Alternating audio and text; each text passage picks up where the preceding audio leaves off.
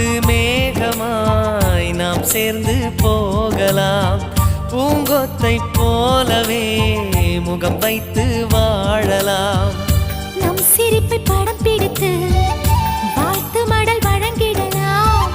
நூற்றாண்டை தாண்டியும் நம் பெயர் நாளை நிலைத்திடலாமே.